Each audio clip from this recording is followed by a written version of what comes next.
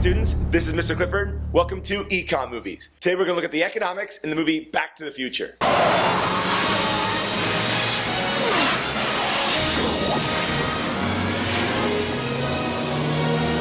In this movie, Marty McFly travels through time to visit 1955, 1985, and 2015. Are you telling me that you built a time machine? Out of a DeLorean? And the more things change, the more things stay the same. What are you looking at, butthead? What are you looking at, butthead? Must be rough being named after a complete butthead. Economically speaking, 1955 was very similar to 1985. Now before we go any further, keep in mind that every economy has three goals. They want to grow over time, they want to keep unemployment down, and they want to keep prices stable. So let's look at the US economy back in 1955. Go, go, go, Johnny, go, Johnny, go, go, go. 1955 was a great year for the US economy. There was growth, prosperity, and a 7% increase in gross domestic product. But don't assume that everything was perfect. Remember, the GDP only shows how the economy is doing. It doesn't tell us anything about other important issues like racial equality, which sucked back then. Mayor! Now that's a good idea. I could run for mayor. A colored mayor, that'll be the day. Well, what about 1985? Don't need money, don't take fame, don't need no credit card to ride this train. The US economy in 1985 was also going super strong and recovering from a recession. The GDP growth rate was about 4%. But the problem was the clothing. Tucking in your shirt in your jeans with suspenders? Ugh. The nominal GDP in 1955 was $415 billion. But there's a problem with looking at big numbers. They don't make any sense out of context. 1.21 gigawatts!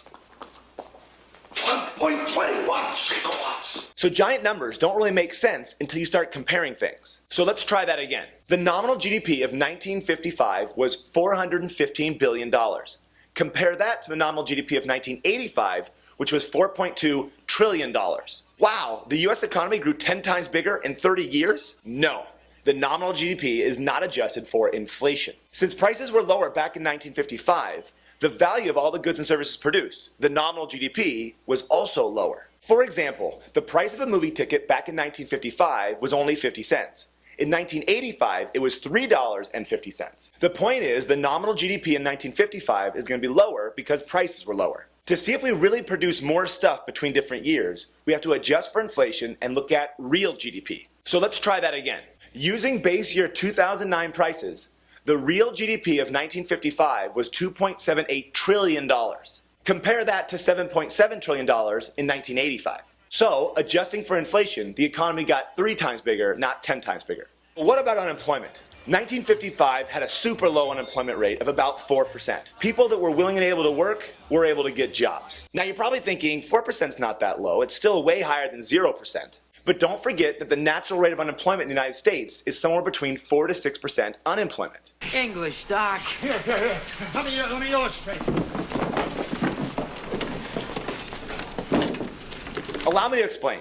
There's 3 types of unemployment: frictional, structural, and cyclical. The first one, frictional unemployment, is the idea of being between jobs. These are workers that are just entering the labor force, workers that are switching to different jobs, or people who get fired. No, I cannot be fired. I'm fired.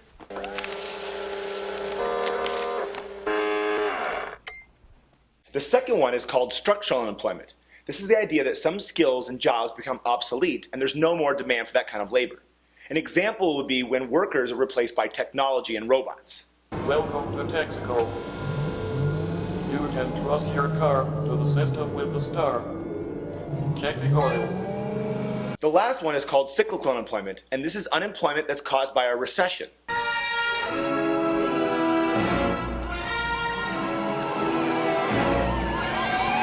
So if someone lost their job because the economy tanked, that's cyclical unemployment. Mr. Strickland, it's me, sir. It's Marty. Don't you remember you gave me detention last week? Last week, the school burnt down 6 years ago. The first 2 types are unavoidable. Every economy is going to have frictional and structural unemployment.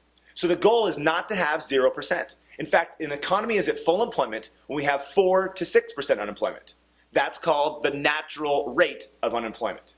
Now, what about inflation? 1955 had super low inflation. It was like less than 1%. 1985 had higher inflation, about 4%, but that's way better than the stagflation of the late 1970s. An oil crisis in the 1970s caused super high prices at the same time as a stagnant, slow economy. This is called stagflation. So there's a reason why Doc and Marty wouldn't want to go back to 1975.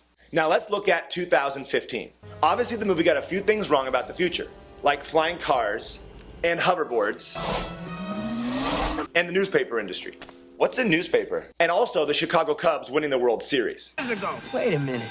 Cubs win World Series. Sorry, Mr. Duffer. Wait, let's go back and look at that newspaper. If you zoom in, you'll notice something that would definitely affect our economy. 3 billion readers every day, our GDP per capita would just plummet. That's our GDP divided by our population. Instead of being ranked around the 15th in the world like we are now, we'd be somewhere around the 100th. In the end, it's the job of economists to look at all the different indicators, like GDP growth, unemployment, and the inflation rate, to find out how the economy is doing and see what it all means. It means your future hasn't been written yet.